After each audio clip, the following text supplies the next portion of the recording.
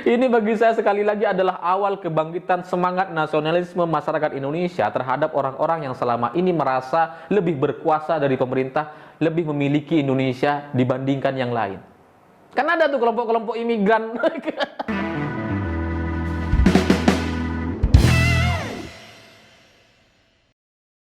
Selamat malam para mantan, selamat malam untuk semua penjelasan yang justru tidak menjelaskan. Ya kan sering ya kalau kita punya masalah dengan seseorang lalu kemudian mereka menjelaskan maksud dan tujuannya, bukannya kita paham setelah mendengarkan penjelasannya, tapi justru malah kita jadi lebih kesel. Nah, cerita-cerita semacam itu menurut saya itu mirip sekali dengan apa yang terjadi kepada Tifatul Sembiring.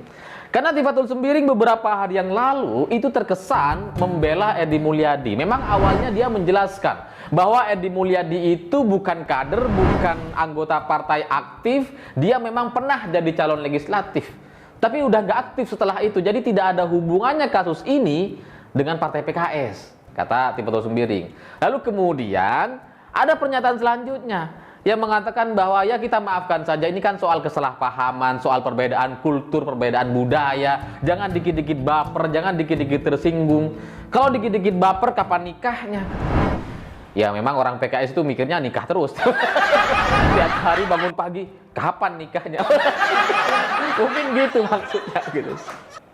Nah cuma gara-gara pernyataan Tifatul Sembiring ini, tiba-tiba di Kalimantan, salah satu kantor PKS dari Kalimantan, tengah malam didatangi warga, didatangi massa. Nanya mereka itu, maksudnya apa ini Tifatul PKS ini? Bilang-bilang kami jangan baper, apa maksudnya katanya.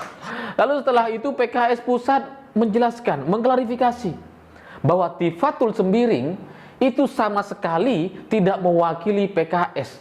PKS itu hanya diwakili oleh juru bicara. Jadi pernyataan Tifatul Sembiring itu murni pernyataan pribadi dan tidak ada kaitannya dengan PKS. Kayaknya PKS itu takut banget sama orang Kalimantan gitu ya. Baru tahu saya gitu. Ternyata takutnya sama orang Kalimantan. Ya kan sebelumnya ketika ada masalah dengan Edi Mulyadi gitu ya, ketika caleg PKS ini menghina-hina Kalimantan dengan sebutan tempat jin buang anak, hanya genderuwo dan kuntilanak yang mau ditinggal di sana dan sebagainya, PKS kan langsung cuci tangan gitu. Oh, Edi Mulyadi itu bukan kader, bukan pengurus partai dan sebagainya, tidak ada hubungannya. Nah sama seperti yang terjadi kepada Tifatul Sembiring sekarang. Ketika Tifatul berkomentar soal Edi Mulyadi, PKS juga angkat tangan. Enggak, Tifatul itu tidak mewakili PKS. Ya mungkin kalau kasus ini berlanjut gitu, mungkin selanjutnya Tifatul tidak diakui kader. Ya kan bisa aja, namanya orang ketakutan gitu ya. Tutup mata tuh dengan semua fakta bahwa Tifatul itu pernah jadi menteri dari PKS. Ini menarik. Dan setelah itu, setelah kantor PKS digeruduk massa, Tifatul Sembiring mengucapkan permintaan maaf.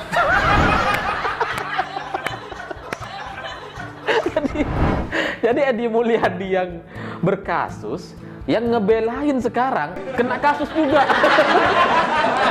Kena getahnya sampai harus minta maaf juga gitu.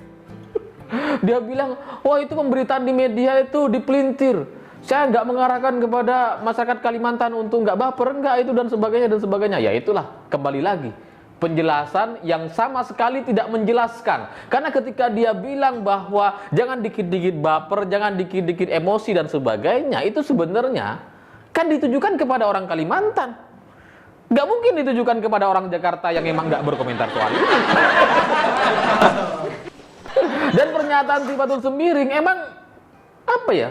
Nyebelin banget gitu. Ibarat kita nih lagi kena masalah gitu, kita lagi marah banget dengan seseorang, tiba-tiba ada kawan nih, orang baru, orang yang nggak dikenal, orang yang nggak tahu kita gitu ya, tiba-tiba lewat dan bilang, sabar, jangan baper. Orang nggak tahu masalahnya, tiba-tiba bilang gitu. Rasanya kan kita pengen cekek.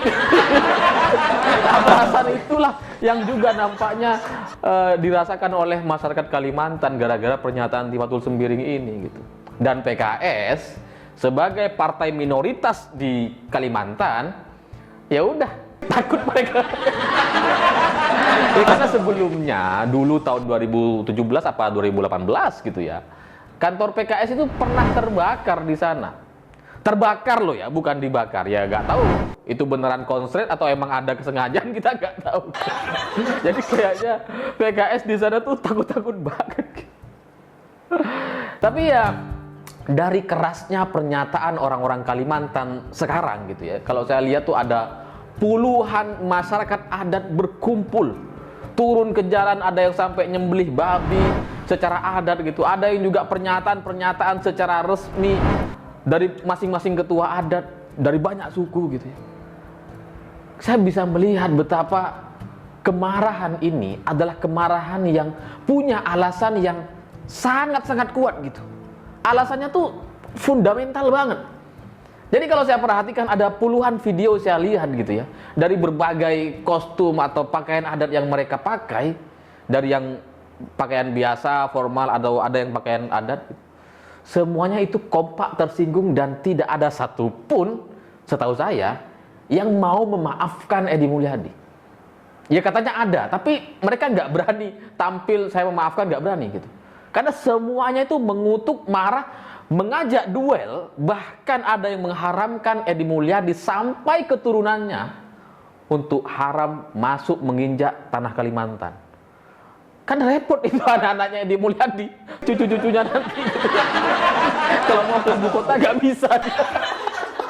Kasihan juga.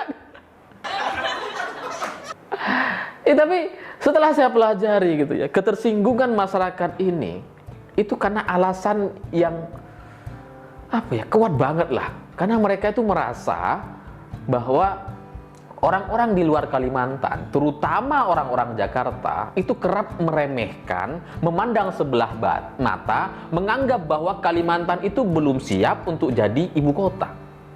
Itu yang saya perhatikan gitu. Karena mereka bilang begini, pada intinya, kami itu tidak minta untuk pemerintah agar membuat ibu kota di Kalimantan. Ini emang keputusan pemerintah dan kami mendukung, semuanya mendukung gitu.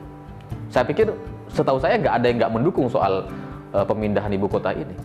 Tapi yang mereka tekankan, mereka itu merasa bahwa mereka itu siap, berkualitas semua SDM-nya, sama, setara, atau bahkan lebih baik dari orang-orang Jakarta yang telah salah memilih gubernurnya. Sehingga ketika ada banyak orang memperdebatkan, mempertanyakan kenapa pindah Kalimantan, infrastrukturnya belum siap, SDM-nya belum siap, itu kan adalah kalimat-kalimat yang kita dengar selama berbulan-bulan sebelum ini. Ada banyak orang meragukan Kalimantan, banyak gitu. Nggak cuma Edi Mulyadi, tapi keraguan-keraguan yang bersifat kritis dan wilayah pemikiran itu kan masih bisa diperdebatkan. Itu kan bukan penghinaan. Sehingga yang terjadi adalah ya perdebatan aja gitu. Tidak sampai membuat banyak orang marah seperti sekarang. Cuma masalahnya, semua energi negatif soal komentar terhadap orang Kalimantan yang sudah dilakukan lebih dulu oleh banyak orang-orang Jakarta dan sekitarnya gitu ya, yang meragukan Kalimantan, itu kemudian terkumpul di Edi Mulyadi. Saya juga gak ngerti gitu. Karena sekarang itu kemarahan masyarakat Kalimantan itu bukan itu kayak ada banyak kemarahan yang selama ini tuh sudah terpendam gitu, yang kepada banyak orang yang meragukan Kalimantan gitu. Kebetulan sekarang muncul Edi Mulyadi nih, yang emang udah jelas penghinaannya luar biasa sekali gitu, dan tidak bisa diperdebatkan lagi, tidak bisa dibela-bela lagi ini gitu. Tidak bisa atas nama demokrasi kemudian Edi Mulyadi ini dibebaskan, nggak bisa. Karena pernyataannya sudah jelas, sangat keras. Yang menganggap Kalimantan itu tempat jin buang anak, yang tempatnya genderuwo kuntilanak gitu, yang nggak mau pindah ke sana dan sebagainya. Ini sudah levelnya penghinaan. Sehingga kekecewaan masyarakat Kalimantan yang marah dengan banyak politikus seperti Rizal Ramli, Amin Rais, apapun itulah, yang mengkritik pemindahan ibu kota ke Kalimantan, yang menertawakan Kalimantan selama ini, dan kebetulan itu juga sekubu dengan Edi Mulyadi gitu ya. Sekarang itu jadi tersalurkan emosi itu kepada Edi Mulyadi sepenuhnya dan Azam gitu, dan orang yang di sebelahnya yang juga dilaporkan ke kepolisian gitu. Dan dari kejadian ini saya kadang mikir dan merenung gitu. Edi Mulyadi ini punya dosa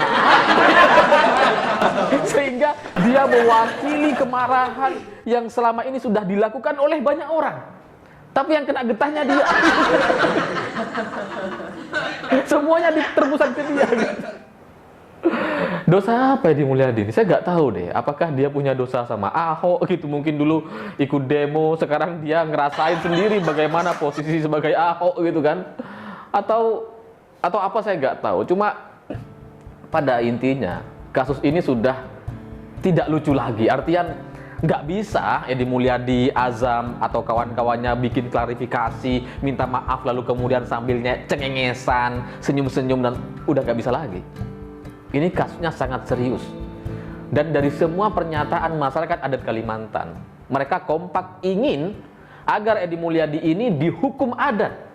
Ya, ada hukum positif Indonesia, ada juga hukum adat di sana kan. Karena masyarakat Kalimantan masih sangat solid gitu ya masyarakatnya. Sehingga mereka masih menerapkan hukum adat itu.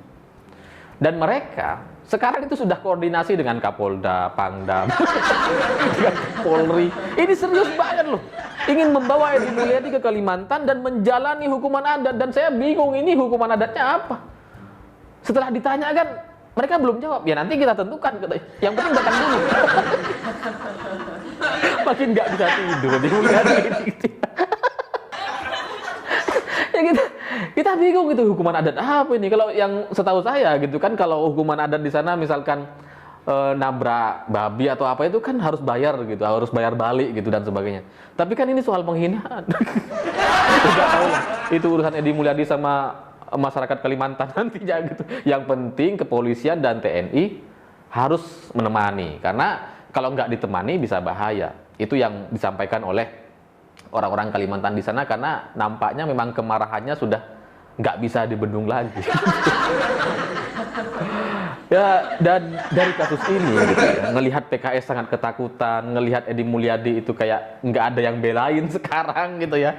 Siapa coba yang berani belain Edi Mulyadi dari tokoh-tokoh politik? Siapa? Nggak ada. Semuanya mingkem takut.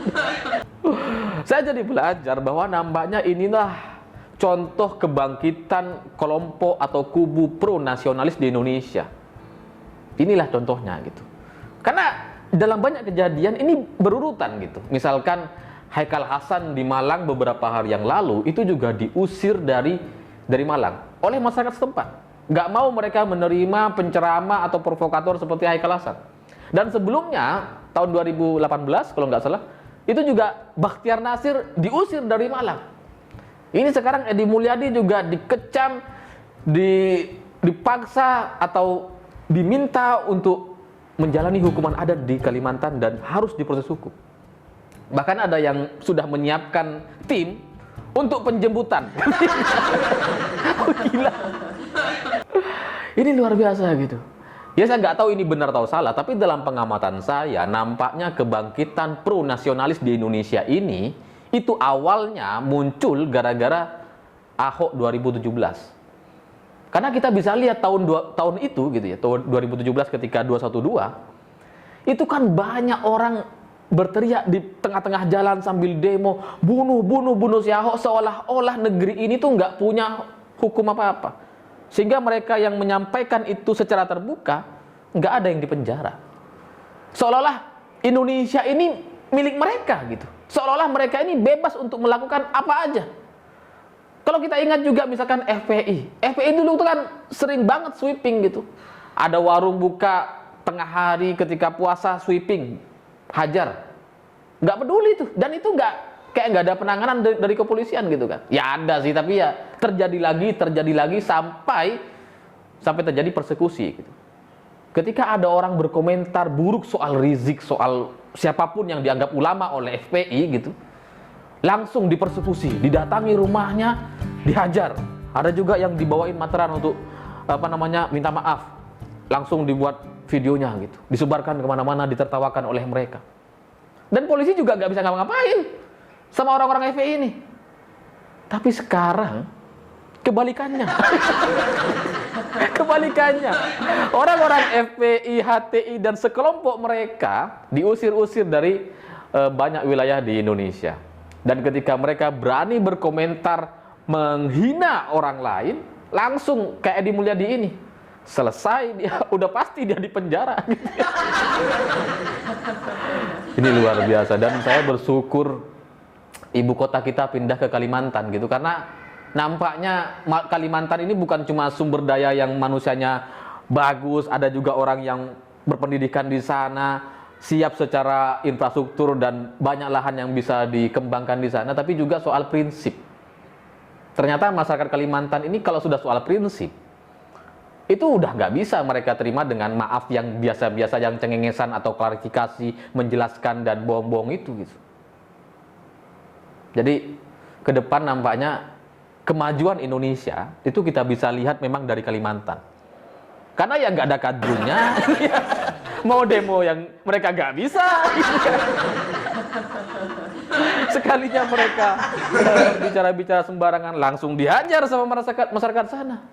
Ini kan enak banget gitu. Kalau kita di sini di tanah Jawa itu kan apa ya? Orang-orang ngehina Pak Jokowi, orang-orang Jawa, orang Solo tuh juga kayak biasa aja gitu, kayak maafin lah. Orang Kalimantan nggak bisa, beda bos. Jadi saya dukung pemindahan ibu kota ini ke Kalimantan supaya kita lebih tegas soal prinsip dan soal kehormatan. Karena kalau kayak gini terus di Jakarta ya nggak jelas lah. Indonesia ini mau jadi apa gitu, pemerintahnya diejek-ejek, kepolisian juga kayak kebanyakan yang ngejek gitu. Dan soal sesajen juga sama gitu. Sesajen itu kan sebenarnya video-video soal penghinaan terhadap umat agama lain gitu ya. Yang patungnya dirubuhin itu kan udah sering banget terjadi di Indonesia. Sering. Dan kepolisian juga kayak ya gimana gitu. Mereka ini kan orang-orang yang apa ya? Yang ngerusak-ngerusak sesajen, patung-patung itu kan orang-orang yang emang nggak punya otak gitu kan. Jadi kepolisian tuh lebih mengedepankan kedamaian selama ini gitu. Tapi sekarang udah nggak bisa tuh. Jangankan patung, ada orang nendang sesajen langsung ditangkap. Jadi, ini bagi saya sekali lagi adalah awal kebangkitan semangat nasionalisme masyarakat Indonesia terhadap orang-orang yang selama ini merasa lebih berkuasa dari pemerintah, lebih memiliki Indonesia dibandingkan yang lain. Kan ada tuh kelompok-kelompok imigran. Iya kan? Kelompok-kelompok imigran yang sampai ke sini merasa dirinya tuh lebih suci, seolah-olah datang dari surga dan punya segalanya di dunia ini gitu. Lalu mengklaim Indonesia itu milik dia. Seolah-olah hukum tuh nggak ada yang bisa menyentuh dia gitu. Itu kan yang terjadi selama beberapa tahun terakhir. Tapi sekarang kelompok mereka habis dipersekusi, habis diusir-usirin dari wilayah-wilayah kita yang memang pro terhadap nasionalis dan pro dengan NKRI. Ya terima kasih lah kepada Pak Ahok gitu ya, meskipun sampai harus dipenjara, tapi semangat nasionalisme ini nampaknya memang muncul belakangan setelah kita melihat betapa luar biasa semena-menanya mereka ini terhadap Pak Ahok. Saya pikir itu. Terima kasih sudah menonton. Begitulah kura-kura.